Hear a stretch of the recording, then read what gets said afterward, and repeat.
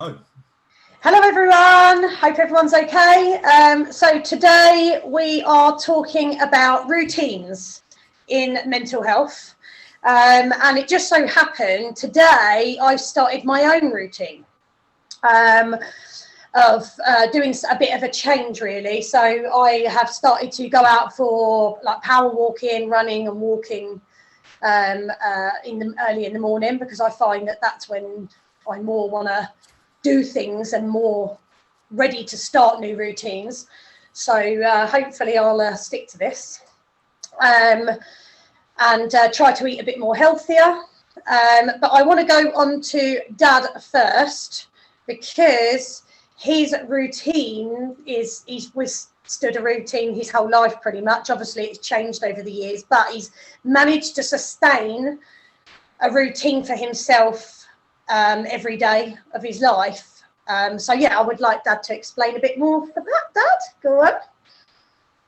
I've rigged it a little bit there, but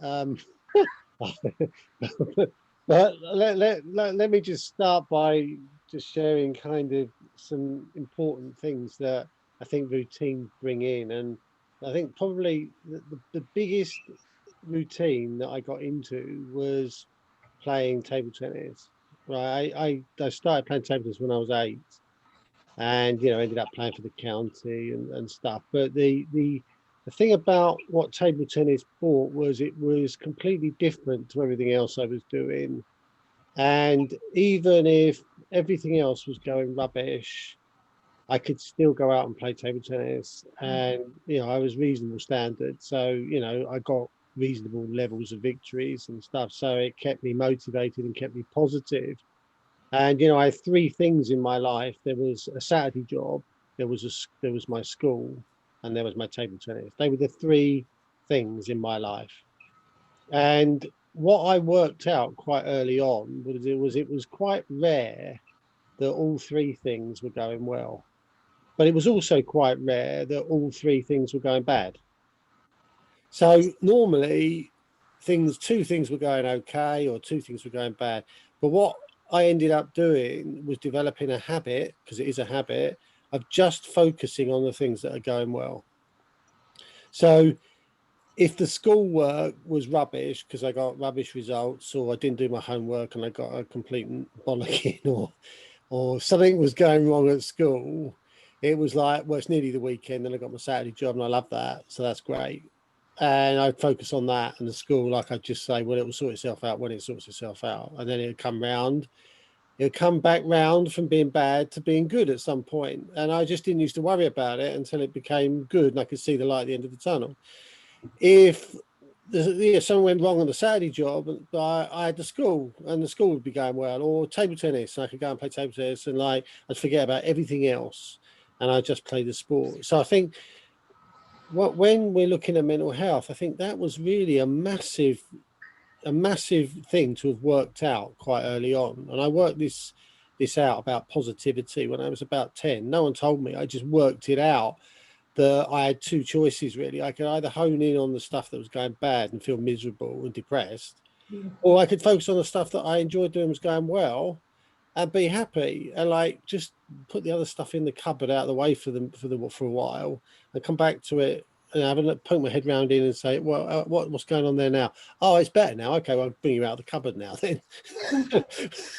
Right, because it was better. And that way I managed to keep positivity going until it became a habit. And I just don't go down the rabbit hole and get miserable anymore, because there's always something good going on. Yeah. It's never all going bad, No.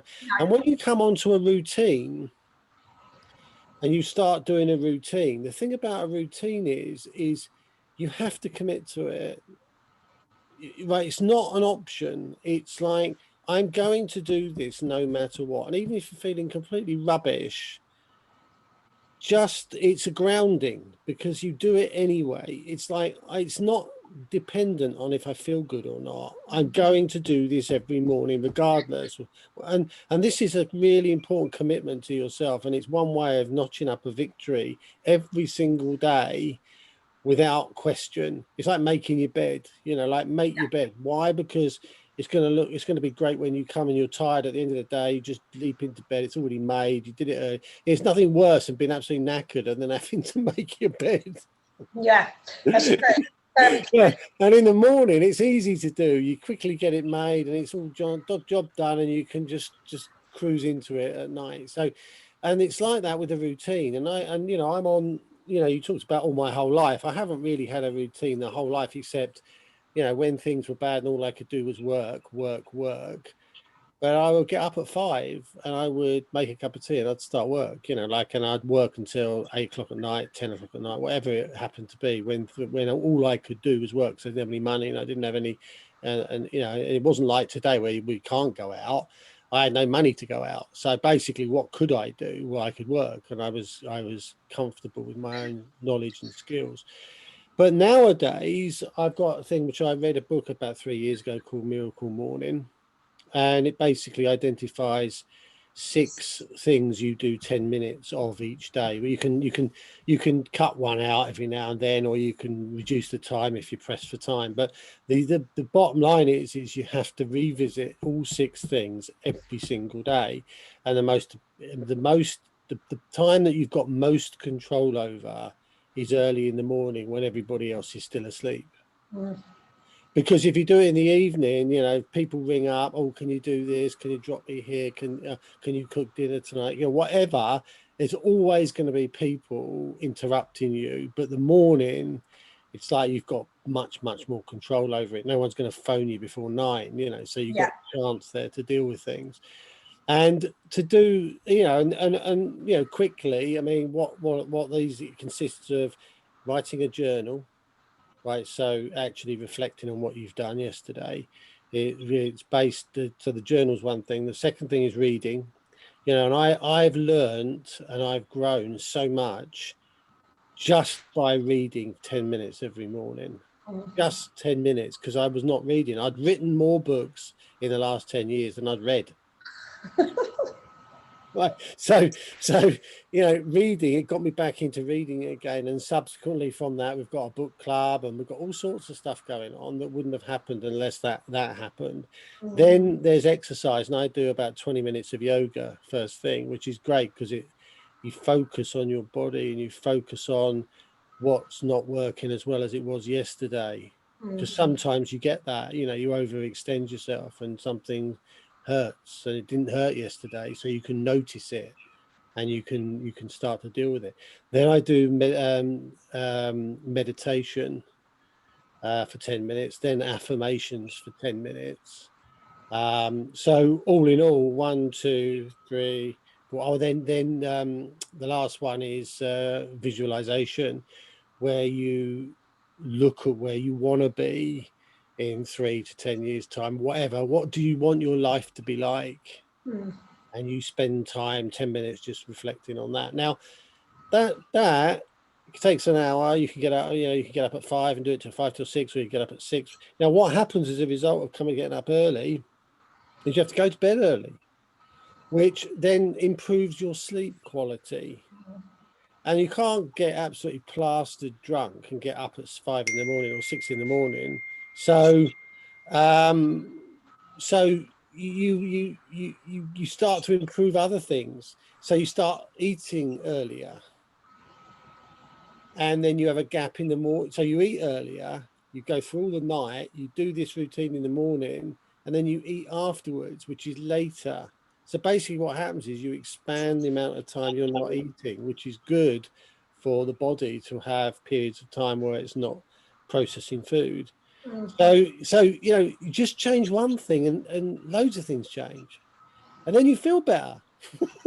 Yeah, it's definitely is. I mean, Dad, when with the bed making thing, yeah, I have heard, and I don't know where I heard it from, but they say the first thing to give yourself a positive mind, the first thing when you get out of bed, if you make your bed, apparently your motivation has already started for the day. So once you've made that bed, you've kind of tricked your mind into going, right, okay, what's the next positive thing or whatever I'm going to do after. if you don't make your bed or you make it halfway through your day, it kind of defeats the object in a way. So that's one thing I've always done for a long time, is always make my bed, because that's that first job and that first positive thing you've done for the day. So yeah, it's very interesting that. This routine, and you're going to do it anyway, you take the mind out of deceiving you into not doing it. And the mind, you sit there in the morning, it's like in the winter, it's like 5 o'clock, the alarm goes, it's like, oh, just another 10 minutes. It's true. Whack the snooze button. That was the worst invention ever. I heard a story about someone who's got an alarm clock. It's on one of these things that flies around the room. So so you have to catch it. I like that. That gives you the exercise immediately. You imagine, where's that bloody alarm gone? Catch it. Oh, it dodged. It's definitely going to wake you up, isn't it? You hear of people put alarms at the other end of the room, don't you? Yeah, that they have to get up. Well, yeah. But if this thing, this droney thing, can sense you getting near, it just goes away. I like that. Where can you get that from? Where can you get that? That's your exercise done for the morning. Running around after an alarm. By the time you catch it, it's like, well, I might as well be up now, might I? Yeah. I mean, do you know what? This morning, before I started my walk, I was sitting there putting my trainers on, and in my mind kept going, can you be bothered to do this? Can you be bothered to do this? Are you going to do this? Are you? Come on, Eleanor. And I've got the good and the evil telling me, come on, you push yourself, go and do it. When you've done it, you think you're going to feel amazing after. But that in the back of my mind, I'm thinking, oh, shall I just leave it till tomorrow? And then I thought, no. The good part took over first. And once I got out there, I was loving it. But sometimes, if you're not feeling so great one day, it can push you to not doing whatever you wanted to do that day, But I pushed myself so much into everything. If I want to do something the next day, I try I 100% of the time now, I do it. So, but 2 years ago, I planned loads of things and never did any of them, cancelling all the time. It just happens. If you end up developing a habit of doing what you said you were going to do in terms of this type of thing, then your integrity goes up, your self-worth goes up. It really does. It really does. You begin to value yourself because you can hold yourself accountable for things. And you're in control. Yeah, and that's the other thing. It's like, this is totally under your control to deal with. If you can't even be honest with yourself, then you've got nothing. You are unable to do anything. And then this is, you can imagine what an Olympic swimmer does, right? An Olympic swimmer gets up at 4, no matter what the weather is. Could be raining, icy, snow, whatever. They go down to this swimming bars. They get into a swimming costume, and then they swim for 3 hours or whatever, right? Now, I don't like particularly being wet in the first place. To go out and this is why I'm not a swimmer, by the way, because I just don't like that idea. I also wouldn't be a runner, because getting up at 4 a.m. in the winter when it's lashing down outside, wind and rain, and just going out and doing something which I'm not that keen on anyway, it's never going to happen, is it? I would set myself up for complete failure if I did that. Going to a room in the evening and playing table tennis with it nice and warm, or a little bit chilly because you need to warm yourself up. But I can do that because it's never going to rain inside, is it? And I can manage that. So you've got when you're doing a routine, there's no point in giving yourself a routine that works for others. You have to exactly. You've got to do it for you. Yeah, definitely. I agree. Definitely. It's like me. I find going to the gym or something. For me, it's not for me, but for others, they love that. Yeah. For me, I prefer to go for a walk or go for a run. That's what I like to do. It's free as well, and I can just get out there and I can go when I want to go. But the thought of going to the gym, and actually I get very self-conscious about other people around, I like to do my exercise on my own or with somebody I know. Do you know what I mean? So yeah, Otis, Desi, got anything to say? Yeah, I definitely had a few thoughts going around whilst you guys were talking. I guess my definition or my opinion of mental health. You know, and you were talking about the voice that comes up in your head and that conflict, and I think that mental health, by definition, is the introduction of a conflict in which you say you're going to do something, you know what you should be doing, but you let yourself down on what it is that you're doing. Yeah. But it gets very complicated when you then add all the nuances of making it in today's world. The fact that you've got to get up and go to a job that you perhaps don't want to do. You've got things happening around you that are affecting you, and the routine and the structure is nothing more than a tool that you can use to try and implement habits that ultimately bolster and help you in those other areas in your life. Where I often get caught up and where I often think that the crux of the solution is, which is independent to each person. And like Dad said, you have to think about what it is that it works for you and set up structures and routines that work for you, not others. But it's the key bit is traveling from, you know, you read all these books, you read all these things that you need to be doing. It's implementation of these things, and it's sustaining them, and it's keeping consistent with them. And that can be troublesome depending on a variety of things down to the individual, that pertain to the individual, and it's different every time. So I think the key is implementing routines and structures that work for you, not trying to imitate what works for others, because it's not often the same.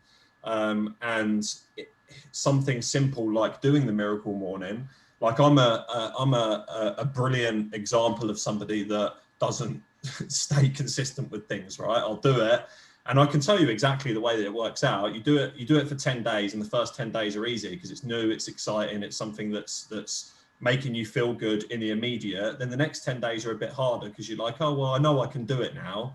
I know that it felt good, but it's like, I don't need it. It's like, I'm doing okay. Like you're benefiting from the advantages of doing that, but you're creating more and more of a space between recognizing that that is actually what's making you feel better. And then when you stop, it takes a little while, but it starts to go downhill, and then you go into catastrophe mode, and you start, and all these things start coming up. So it's about, like what Dad said, it's about, take the choice out of it. Don't even let the debate start in your mind, because as soon as the debate starts, that is by definition mental health, in my opinion. That is when you get the conflict. It's when you start letting yourself down. And you know, we come back to the same thing with like loving yourself, and it's the same and it's so overlaps with other things. It's like, how can you expect anybody to love you if you don't love yourself? You know, you're just going to be an absolute block to it always. And it's the same with this, with the mental health stuff. You know, if you can't be accountable to you, who can you be accountable to? And then if you're not being able to be accountable to other people, your integrity goes down, your self-esteem goes down, your self-worth goes down. When you're then trying to build and sustain positive impacts into your life, but then you're letting yourself down, you feel like you're letting others down, even though they probably won't be thinking that. They'll be thinking, well, I want the best for that person, and they're not even wanting the best for themselves. And it's hard to, you know, mental health is a complex beast. But I definitely agree, routine and structure is something that 100% needs to be implemented as a tool to get out of it, but it's the very effort of implementing it that gets difficult and complicated and individualistic, because each of those routines will be different. Each of person's life has got different problems and different situations that are causing different strains. You know, some people are in family homes. I can't relate to that, but I'm sure that there are some headaches that come along with trying to, you know, run a household, and you know, different personalities and different opinions and perspectives, and trying to juggle it all. So Really interesting you say this, like, and it's true, but it isn't hard to just make a different decision, is it? It's like they're both ideas. The idea of staying in bed or the idea of getting out of bed There's nothing hard about that. But it's not. But it feels like it is at the time. You know? But they're just two choices, and it's like The only problem with that would be if your routine involves some noise making, I suppose.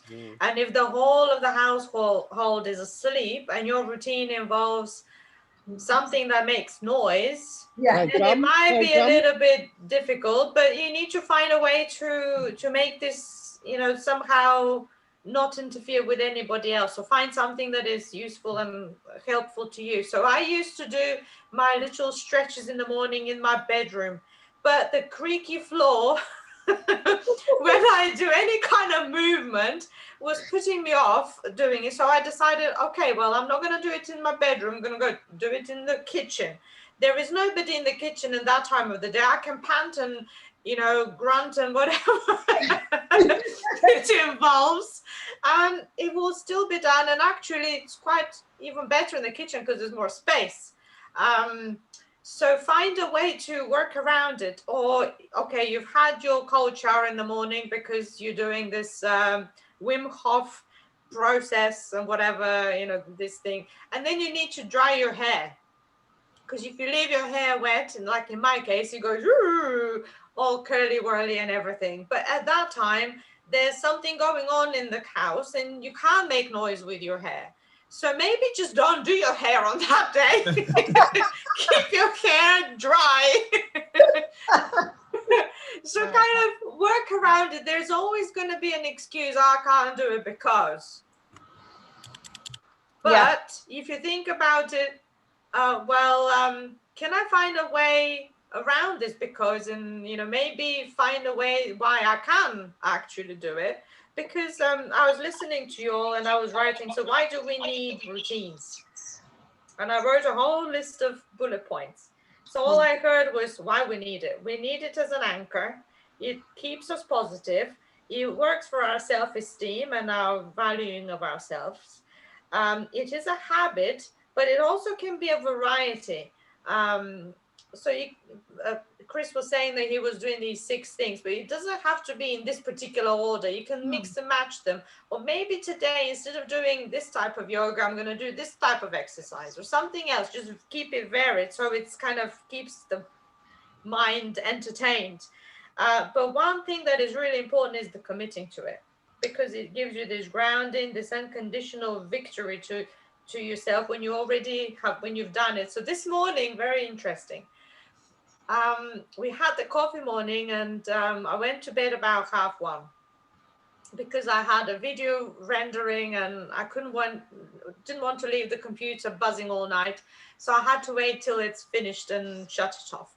So by the time I did it, it was kind of 1:30. And I know that I need to be getting up early to do my breathing, the Wim Hof breathing, and then the cold shower and whatnot, the stretches and things. And at 8 o'clock, I have my alarm to get me up and going. And I thought, nah, I can't be bothered. And I moved it to 8:30.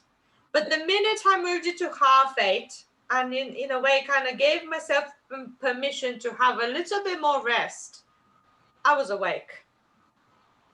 So I gave myself permission to be a bit tired, and I'll still do it, but in half an hour, it kind of like, okay, I'm awake now. Actually, I can get up and do it before 8:30.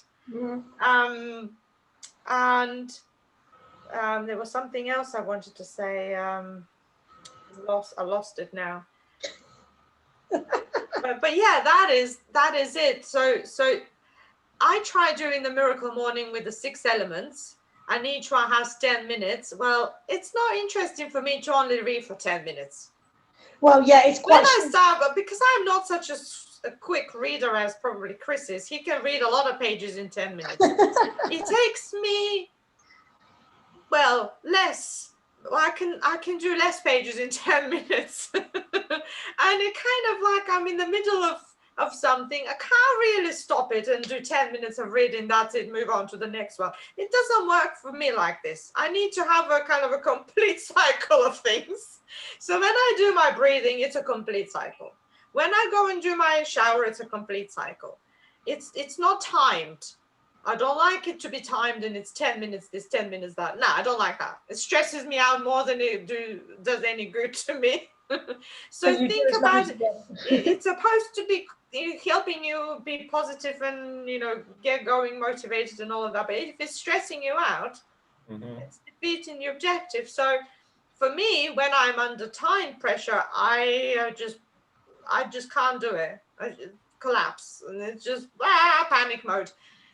So I don't do it like this. I do it by like, okay, have I done it? Yes. Completion? Yes. Tick, done. Move on. So my miracle morning consists of get out of bed, move a little bit because I feel a bit stiff. Do it slowly to begin with. Then it's like, oh my goodness, I'm on fire. This is really slow, like a rusty metal hinge. Then it's all right. Let's go do the breathing now. Then we will awaken up. Let's go do the breathing. And okay, let's go and do the shower, and let's do the cold shower as well, and not wet our hair or whatever. And that's it. Finished. So it's only how many things? The stretching, the breathing, and the shower. 3 things. And it takes me about an hour. I do the reading some other time. At the moment, my creativity is involved around creating videos and programs. So there is creativity. There is physical exercise. Oh, yeah. Forgot to say, well, after I've done my washing myself and drying myself, there's a lot of oils to put on. And that is like, there's all sorts of oils. And especially when you see the outcome, because I started also lying on this Shakti mat as well. So that's a part of the routine. I forgot to mention that as well. And you can see the result of this shoulder from completely seized. Like at one point I couldn't move my arm. I had to walk around like this. Now we can do all these different things. You know, it can still not do full bending behind. But when you see how it's improving from the little things that you do daily, it keeps you going. You don't want to stop because you can see a tiny little improvement every day. So why stop? Exactly. I mean, the thing is as well, you know, like, this is one thing I wanted to point out, you know, like getting into a routine, and it's what you said, Dad, you know, when you're going to do a routine, you do it for what you want to do and what you're interested in. You know, if there's something, you could try something new and not enjoy it. So then just change whatever that is to something you do like, you know. For me, I found that any exercise I do, walking for me is what I enjoy the most. So even if I don't go out for a run, you know, running's a little bit more tougher. But if I fancy, what I'll do is I'll just walk a little bit, then run a little bit, then walk a little bit. I'm not pushing myself to an extreme level of, you know, I'm doing something that I enjoy. And that's one thing you have to do, because there's lots of people out there that are doing something they don't want to do, but they're doing it anyway. And that can get you even more down. So the point is when you want to make a routine for yourself, make sure it's something you enjoy. Well, otherwise it's a burden on you. And then that can cause your mental health to go even further downhill. Yeah. So that's what I want to reach out to people that are watching this. Do something you want to do. Don't just, you know, whatever we've spoken about here doesn't mean you have to go and follow suit with what we're doing. We're just giving ideas and examples of our own routines. But please, there's happy and enjoyable to do. Yeah, absolutely. There's an example I can give straight away, which was that I remember when I started doing the Miracle Morning with Dad, maybe 6 months after he'd started it. And, you know, I got the way that I am is I get very like, if it's a certain way, I've got to do it a certain way as well. Sort of like I get attached to that. Not so much anymore. I'm a little bit more fluid with it. But, and an example of that would be like, it said read. And I used to be like, oh, I haven't read my book. And then Dad would remind me that I've read about 20 blog posts online. That's, you know, so it's like reading is each of those things in the Miracle Morning, each of those things are designed and set up with something in mind, i.e. journaling allows you to reflect. You might do a gratitude list in it. You might get more in touch with your your inner voice. You might be able to internalize. You might then be able to reflect on what it is that you wrote down some 2 weeks later, and then think, oh my God, like where was I coming from then, and where am I now? You know, the same with the exercise. It says exercise. It doesn't tell you what exercise to do. You can go and do a walk. When you're walking, you can practice being present and taking in and absorbing what's around you. So there's all these things that are intertwined with that miracle morning that are by design set up to help with your mental health. So it's a good starting point to recognizing what these tools can do, and allowing yourself to see what these tools can do in impacting you positively. Yeah. The other thing, Sorry. I was just going to finish off as well. One thing that I'm going to start doing with this, and my mate Pete told me about this, was when you're setting up a routine, often what can happen is that you set it up, and if you have one day where you miss it, you then go, oh, well, it's all gone Pete Tong, and I'm not, you know, I've missed a day, so I've screwed it now. If you design up a 30-day like table, and you put a cross through every day that you do, you can't miss 2 days.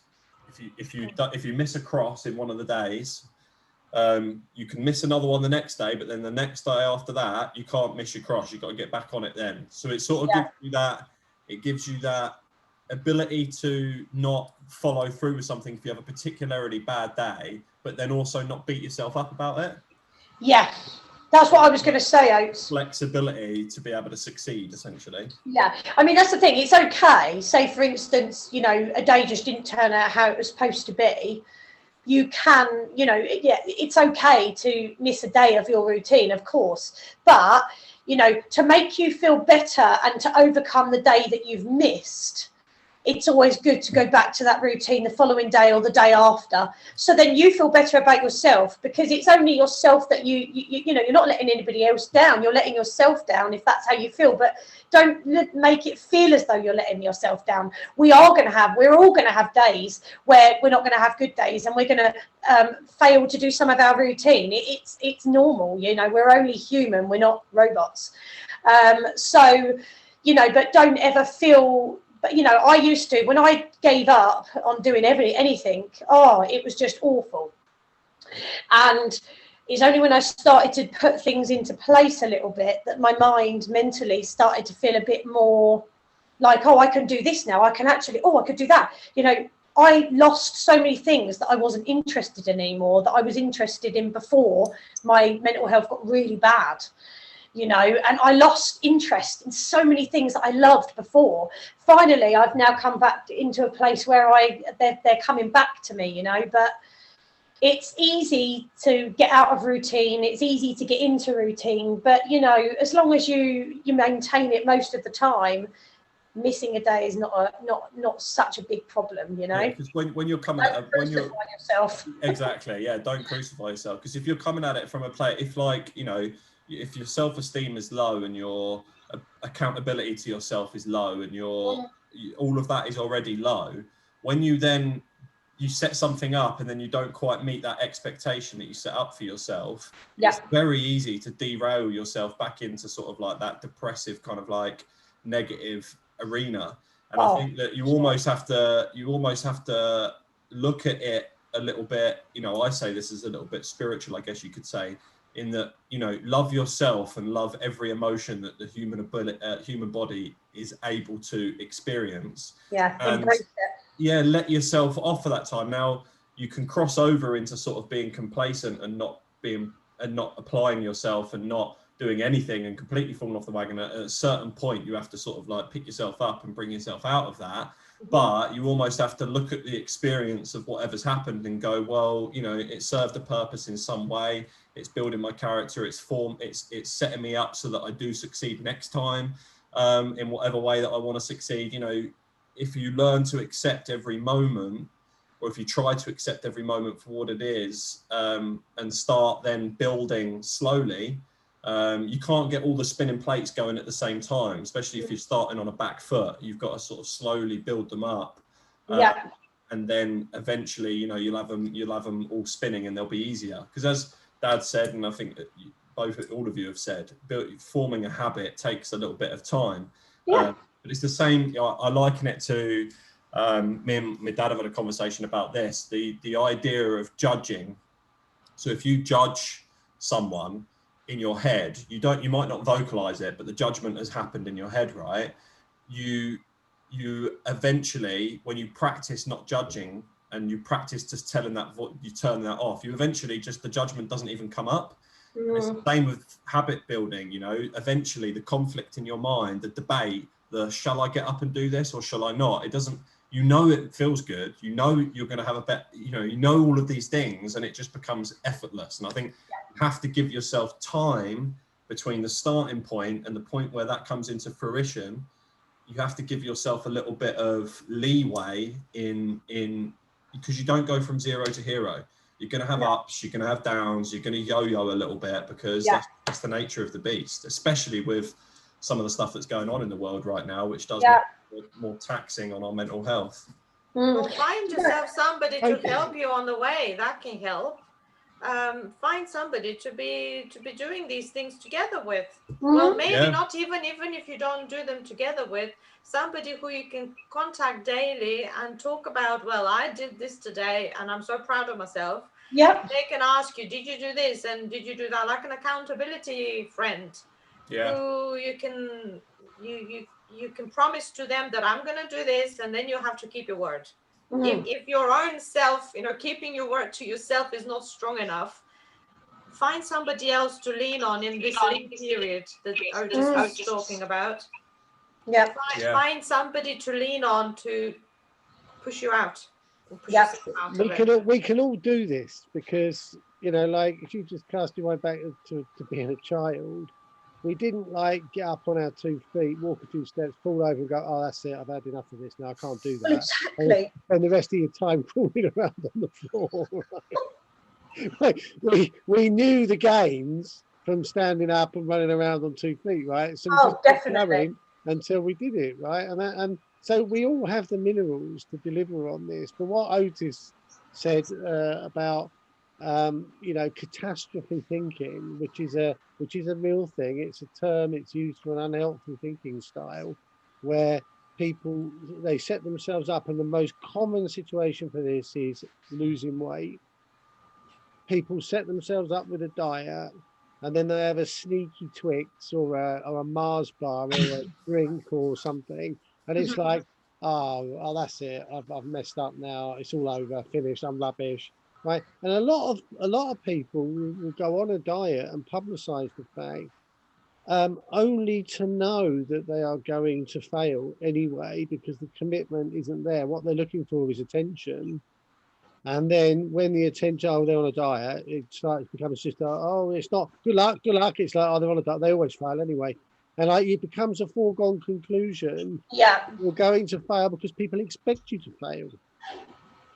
And so you just end up falling into line with the external expectation and stop anyway. But a lot of it is catastrophe thinking. Like the fact that you've had a drink after 40 days, and you said you were going to go a year, doesn't mean the other 39 days were a failure. Well, exactly. It's just one day, and it's like, okay, well, I can live with 350 days in a year. There are a couple of days where I'm gonna bail, but that's okay. Of course, that's what I was going to say. Actually, you've gone straight onto it. So it's like, if you have one of them days where you go out of routine and it's a bit of a bad day, actually, that's the best time to reflect, because you're thinking, oh gosh, I've not done this today, I've not done that, I was doing so well yesterday.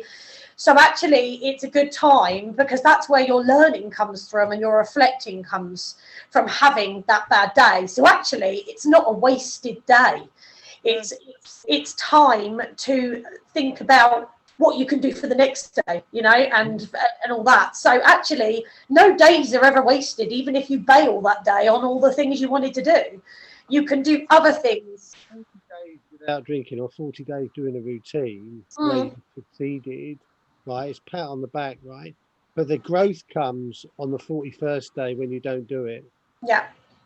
That's where you learn actually how to get back on the bike and go again. because the easy thing is to say, that's it, I'm finished, I'm done. But actually the learning comes on the day it doesn't happen, not on every day it does happen. Yeah. And that's a really important point, because you either learn or you go. Like, it's not failure, it's a learning day. It is, exactly. Yeah. And you know, once you think of it like that, in your mind, it really does help. Yeah, as long as you don't have every day a learning day. No. Well, every day's a learning day in its own different way, but obviously, like, you know, with the routine kind of thing, yes, I understand. But yeah, so yeah, okay, guys. So is that what everyone said what they wanted to say? Yeah. Gotta put those bagpipes away then. That make a bit too much noise in the morning. Huh? I better put those bagpipes away, because that's a bit noisy in the morning. That's not part of your routine. No. Even if I wanted it to be, it'd be a bit noisy, wouldn't it?